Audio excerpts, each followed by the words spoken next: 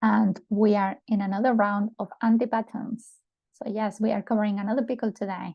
And remember that keeping a good eye on this, being aware of these very common anti-patterns, it can help you to, well, do some work around avoiding them so that you can have a healthy, successful, productive value delivery and environment.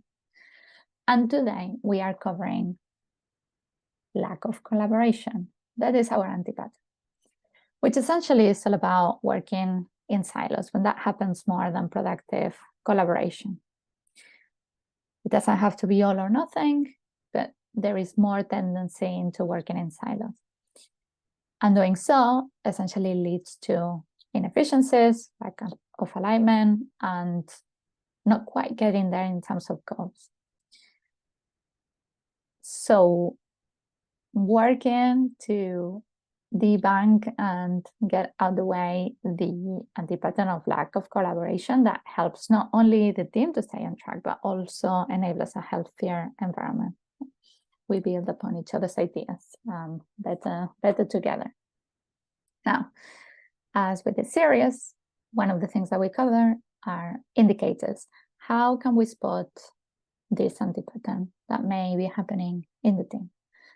Now, there are many different things that you can look for. Here, 4 that I like to cover.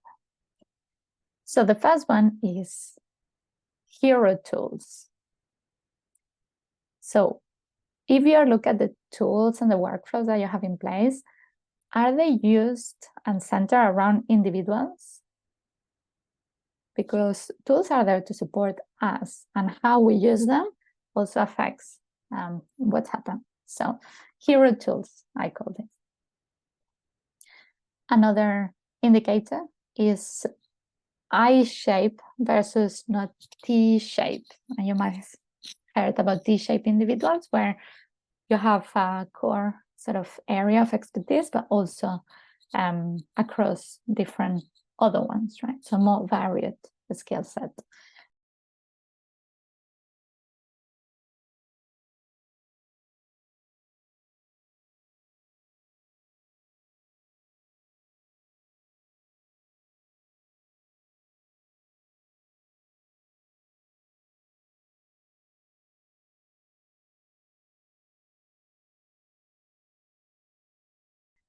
And that's something to be encouraged. Now, when you are more I-shaped, so that one thing only, means that, or can mean that also you have lack of institutional knowledge and cross-training. And having institutional knowledge and cross-training are very, very helpful things to have in a team, because you can support each other, break those silos down. Another indicator are dependency bottlenecks. So when you see that there is a lack of redundancy, that means that leads into roadblocks. We can't do this because we're waiting for, oh, this person knows about that, that's not my bit. Who knows? It's those dependency bottlenecks. And redundancy, we hear redundancy as a negative thing very often, but redundancy is a strategy of resilience. So think about it. How can you create some redundancy in your system? The 4th indicator that I wanted to cover on this today is uneven work distribution. And again, with tools, you should be able to see it quite clearly. It doesn't have to be magic tools. You most likely have the tools, the skills in place to see these things. So the uneven work distribution is, well, that there is clear discrepancies of either over or under loading, or over or underwhelming by the team members. Now, having these behaviors, what you can do is prompting the team to reflect and consider ways. So the team themselves, including yourself, you can reevaluate when things arise. So being able to see it matters. And for that, in the series, we're also covering the section of questions. Powerful, very simple to help reflection. Questions are almost a superpower. They act as a book. They open possibilities, and ultimately are there to serve the team. So some of the questions on this subject that are good to have in your back pocket. First, you could ask, what happens when a subject matter expert is unavailable? And how can we mitigate that risk? Another question, how can we reduce dependencies on specific team members?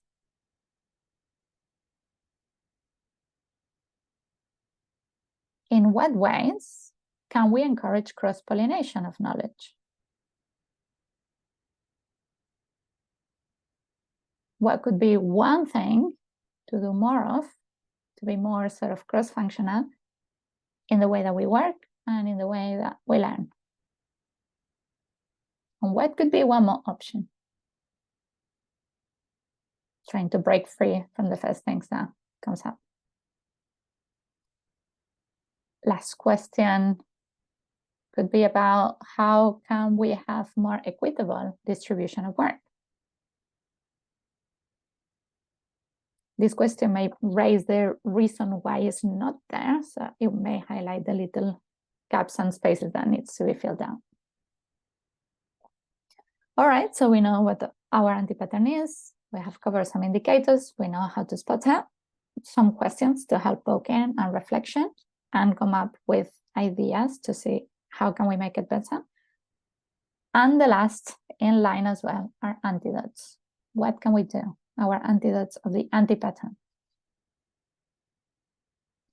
One thing that is super useful for many things are information radiators, and that's radiating information by default. So sharing information, updates, challenges, all of that sort of becomes the operating mode that you're in.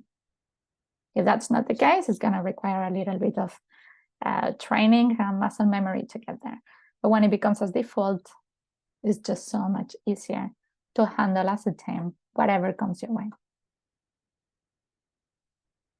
A second antidote is that building in the redundancy. So doing that actively. So by things, there are many things out there. Shadowing is one, pair working is another, the buddy system, the three amigos, tons of ideas already out there. If you don't know if one or two what they mean, just pop it in the comments and then we can pick it up in another video. So building that redundancy so you can become more resilient. Another is outsmart your tools. Again, tools are there to support you. So flip how the tools and the processes, the workflows work, and value how can you use them in a way that you value cooperation over competition. Limits. Limits is another antidote. You may have heard work in progress limits. So you restrict the number of tasks or user stories or whatever that the team is handling at one time. So when you achieve that number, that means you can open more things, start more things. You're basically jumping into swarming. So all hands on deck, so that those open things can be moved towards finish, valuing finishing of starting.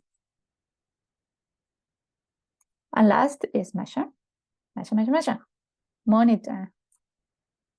And you address the patterns of concern.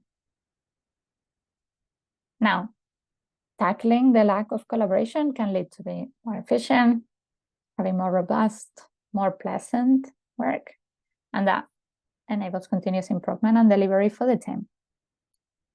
A question to you, what have you seen that works well when tackling this very, very common pickle? Your time now. See you soon.